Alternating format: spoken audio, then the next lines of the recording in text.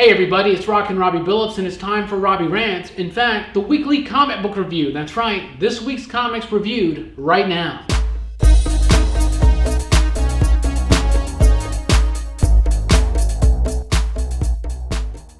Alright gang, that's right, this week's comics, and we start with the pick of the week. The Vision, number 12 by writer Tom King and artist Gabriel Hernandez Walta and colorist Jordi Belair. This has been one of my favorite books of the last year, and this is the final issue. In fact, you've heard me talk about The Vision before. In fact, I've done videos on The Vision.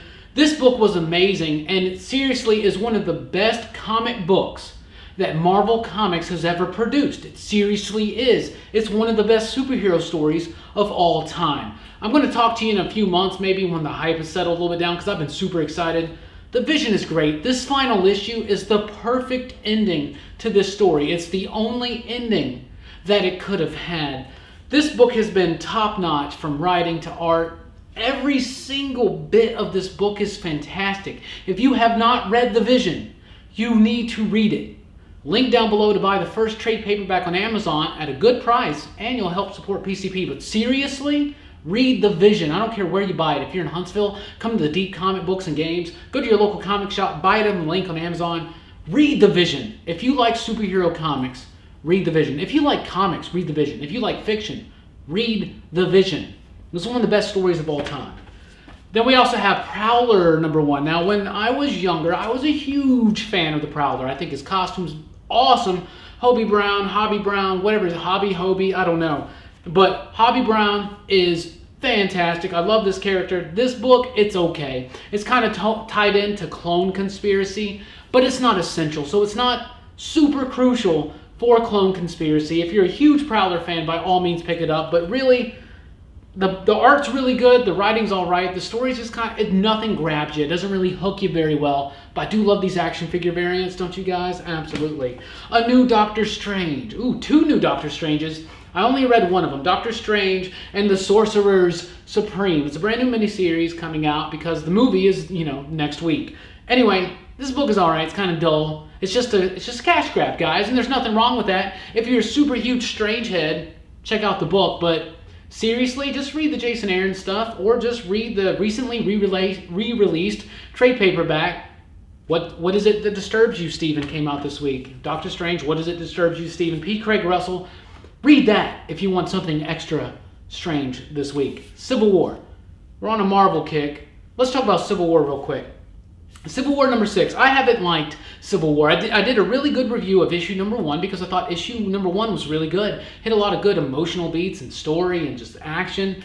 Since then, it's been dull. It's been kind of boring. It's just bickering. It's just, I don't understand why this is such an important event. I don't know. Overall, Marvel's not thrilling me right now.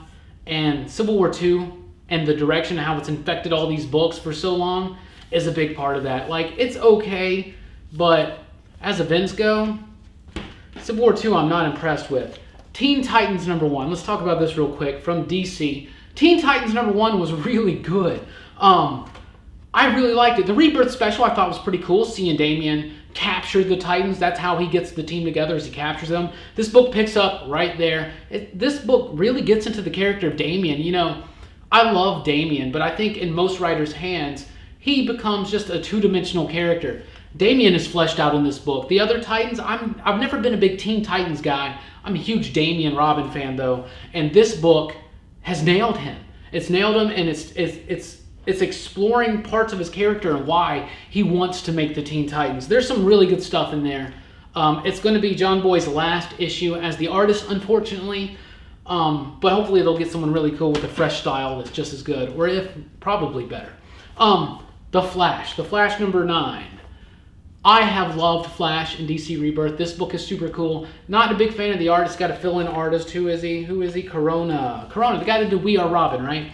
I'm not the biggest fan of the artwork in here. I love the Carmine DiGiandomenico stuff. The story's pretty spot on, though. Wally meets Wally. The 2 Wally Wests meet each other. But the important thing about this book is the ending. It's got an ending that's important to DC Rebirth. It's not really a Watchmen thing, but it's important to DC Rebirth and important to getting forward progression in this Watchmen story. Wonder Woman number 9. Greg Rucka's Wonder Woman has heated up. Seriously, the Barbara Minerva issue from 2 weeks ago was fantastic. This issue is good too. It has wrapped up the first story arc. This is the Lies story, or they're about to wrap up the first arc. This was a really cool book. It really explores Steve, Trevor, and Diana and their relationship and where it's going to go from this point forward. But the dialogue is there. Everything is cool about this book. Liam Sharp's artwork is pretty decent. Greg Rucka, though, is getting back into the wonder groove, if you will. Plus, he brings back Veronica Cale. And if you were a fan of Rucka's run on Wonder Woman in the early to mid-2000s, you know that Veronica Cale's awesome. She's Lex Luthor-esque, and she shows back up in this issue. Super excited about that. Let's talk about Detective Comics number 943. Dude, they've been killing it on Detective Comics. This book has been really, really good. Eddie Barrows has typically done the art. This artwork, though, is done by Alvaro Martinez, and it's really good, and it fits right along with how the artwork has been.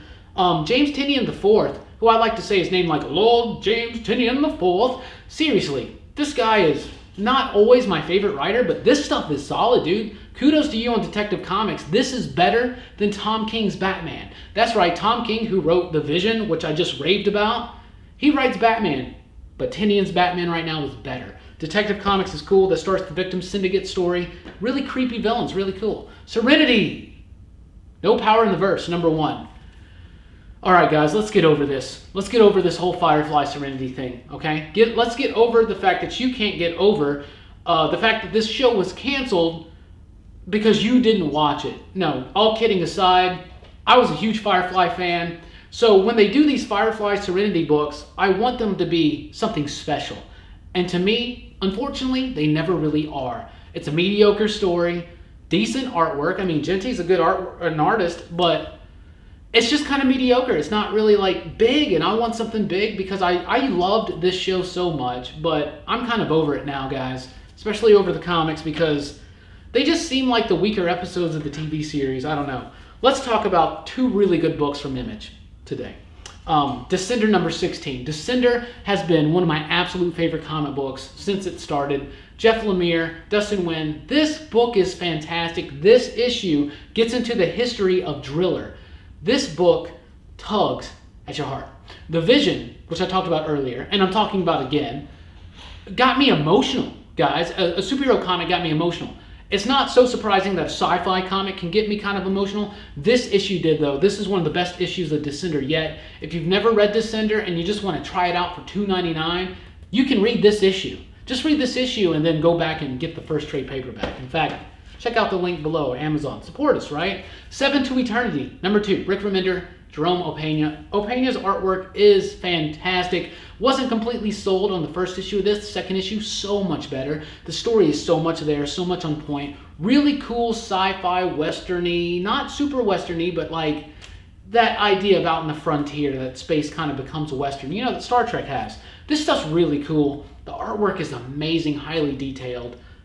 This book is worth your money, absolutely. Check out those books, guys. Read The Vision.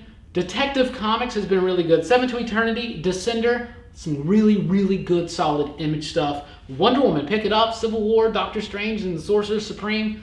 I'd pass if I were you. And Prowler, only if you're a fan. And look at these awesome action figure covers. Anyway, guys, let me know down below what are some of your favorite comic books from this week, because I really, really want to know. Anyway, thank you guys so much for liking and sharing. And please do subscribe. Thanks again for watching.